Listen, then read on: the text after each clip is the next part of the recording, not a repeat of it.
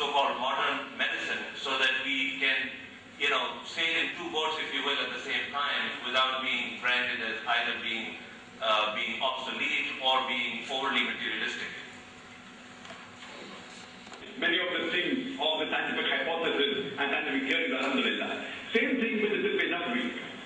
There are various treatments mentioned in the hadith, the various factors about how a life can be led, the various postures. There are various aspects about the treatment, and one of them I mentioned is about honey, about dates, about milk, about kanunji. There are various ajwa, and there have been researches done on these aspects. What are the nutritious values, etc. But one thing you have to be careful, that when you are speaking about hadith, see to it that you pick up a sahih hadith. As you may be aware, that hadith are broadly classified in three types. A sahih hadith, which is authentic hadith. One is a sahih hadith, which is a weak hadith. The third is a mawdu hadith, which is a concocted fabricated hadith. As far as sahih hadith are concerned, alhamdulillah, summa alhamdulillah, you will never find that it is obsolete. Yes, there may be time where science hasn't advanced, where we can try and analyze the hadith, or try and analyze certain scientific verses, because science hasn't advanced, hasn't reached its limits. So in these times, fine, but at the same time, we cannot find any scientific fact which speaks against that verse of the Quran. It goes in the ambiguous stuff. So as far as following the tibbi nabwi, there are books written on the properties of medicine, alhamdulillah. But at the same time, that doesn't mean that we cannot search for new methods of treatment. That doesn't mean that. What is mentioned in the Quran is true, but always there can be alternative medicine. That's the reason the Quran says, as I mentioned in my talk and in my earlier question and answer session, in Surah Anbiya chapter number 21, verse number 7, and Surah Nahl chapter number 16, verse 43, which says, فَاسْأَلُوا أَهْلَ الذِّكْرِ إِن كُنتُمْ لَا تَعْلَمُونَ.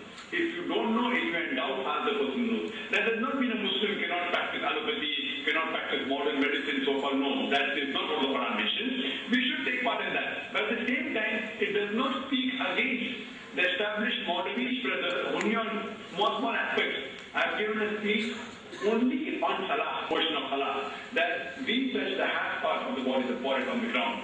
That is for grounding. It dampens these reflex charges. Furthermore, when we go into the juice, there is increased blood supply to the face, to the skin of the face, which prevents chest pain. When you do sujood, there is drainage of the sinuses, of the frontal sinus, of the maxillary sinus, and this is a prophylactic treatment for sinusitis. When you do sujood, there is drainage of the bronchial tree, and which prevents various diseases. When you do sujood, normally when we stand up and when we breathe, we as medical doctors, we know that 1/3 of the air is called as respiratory air, which remains in the lungs. Now when we do sujood, the abdominal viscera expresses against the diaphragm, so even this 1/3 of respiratory air is exhaled out, and more fresh air comes in. So when more fresh air comes in, there is less chances of having disease of the lungs. And this will keep on and on. There is increased venous return to the abdominal viscera. This position of sujood is a prophylactic treatment for hemorrhoids, for bile. After you go sujood, when we get up, we know that the calf muscles, they are called as the parental heart. Now when we get up from the sitting position, the top position in Qiyam, there is blood circulation to the lower part of the body. When we go to the various postures of ruku, sujood, etc., it is very good. It prevents the diseases of the vertebra. And on, how we drink, how we sit and we drink water, how we do all these things that we analyze scientifically, somewhere or the other it is mentioned in modern science. What we have to do is we have to relate this about the treatment which the Prophet gave for various things, etc. So what we are supposed to doctors, we should research, we should read the Quran understanding, and alhamdulillah, yes, we can practice it today, but that does not mean that we should not learn modern medicine. We should learn both of this, because that's what the guidance given in the Quran. Hope that answers the question now. Finding out that what was written in the Quran by Allah subhanahu wa ta'ala is now being confirmed by scientists, the scientific facts that are mentioned. However, the result is that people are becoming extremely materialistic instead of becoming more spiritual. They are extremely materialistic. How do you reconcile that? There's a third chapter doing today. Science is not eliminating God. Science is eliminating models of God. La ilaha. So today science also does not say that there is no God. It's eliminating this cannot be God, that cannot be God. And by doing this, alhamdulillah, the scientific world or scientific community is coming closer to the Quran. I do agree at the same time they are being materialistic. So how do you confirm that? That we as Muslims, like I always mention, that if the Quran is a book, it's a book of science. But suppose we pick up the verse of the Quran and we speak about science. 80% of what the Quran speaks about science is established to be 100% correct. The remaining 20% is ambiguous, neither right, neither wrong. Neither has science proved it is right, neither science has disproved that it is wrong. So it goes in ambiguous thought. For example, science has not mentioned about jinn. Science has been discovered that there is heaven or hell. Science has discovered about various aspects. So this goes in the ambiguous slot, unknown slot. So my logic says that if 80% of the Quran has been proved to be 100% correct, and the remaining 20% is ambiguous, neither right, neither wrong, what I say that inshallah, even this 20% will be right. It is not a blind belief, it is a logical belief that out of the 20% which is ambiguous, unknown, not even 0.001% is proved to be wrong. What I say that inshallah 80% has proved to be 100% correct, even this 20% will be right. So to the materialistic world I say, that's fine. If you're truly a businessman, if you're truly materialistic, the main life is the hereafter. This life that we lead, on an average, a person lives for 60 years or 50 years. Some at the age of 20, some at 30, some at 70, some at 80. On average, you say 50 to 60 years, maximum. So this life, as compared to the hereafter which the Quran speaks, it is eternal. So if I agree with a person, that's fine. You may have certain difficulties. Suppose if you do business, there are hard times in a business only for a couple of days. For the rest of the life, you get what you want. You get the luxury, you make a profit. You wouldn't mind taking that pain. So similarly, as Allah says in the Quran, in Surah Mulk, chapter number 67, verse number 2, الَّذِي خَلَقَ الْمَوْتَ وَالْحَيَاةَ. It's Allah who has created death and life to test which of you is good indeed. So this life is a test for the hereafter. So even if you have to undergo difficulties, maybe you may have to give charity, you may have to give part of your wealth, but if you are truly materialistic, I am materialistic, I am selfish for Allah. Every Muslim should be selfish, but for the Akhirah. Imagine, I have left my profession, medical profession. Why? Medical profession is a good profession.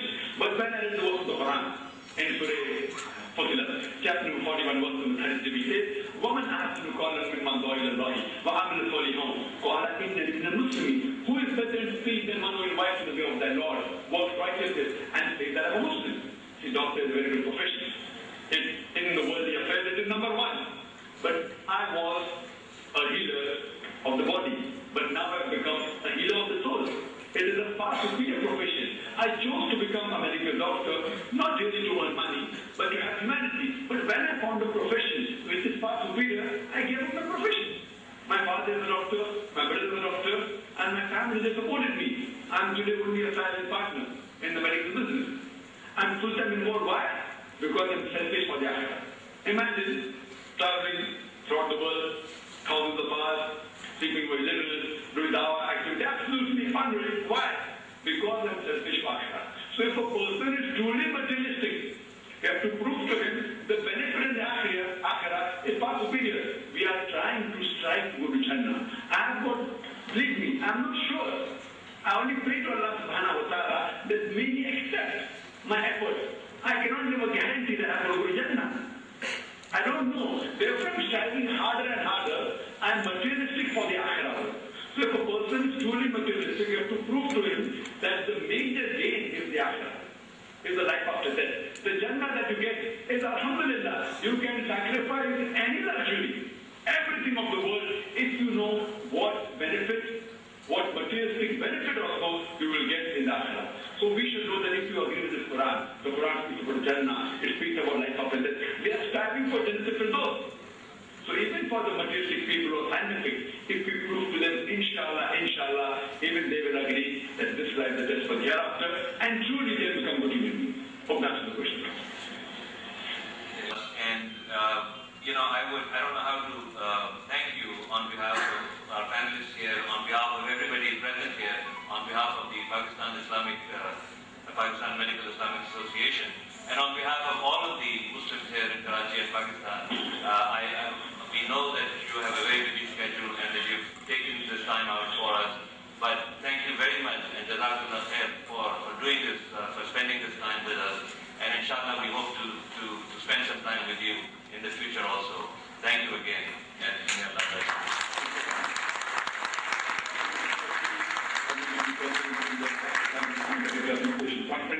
And may Allah reward all of you, and inshallah, Jazakallah for this.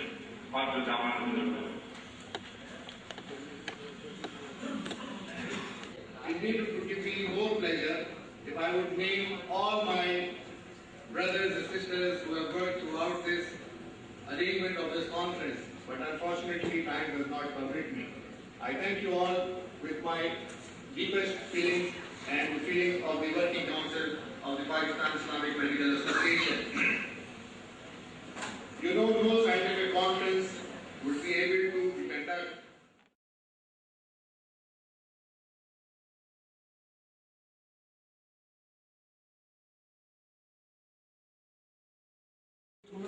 शुक्रिया खातिर इसके बाद मैं गुजारिश करूंगा अपने भाई हारून कासिम से जो फार्मीवो की रिप्रेजेंटेशन कर रहे हैं।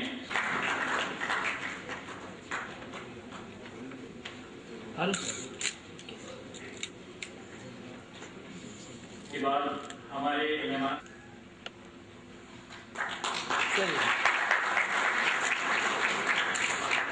के बाद चेयरमैन कॉन्फ्रेंस 2005 और फाइनल शीट और शुक्रिया और बहुत तशक्कुर।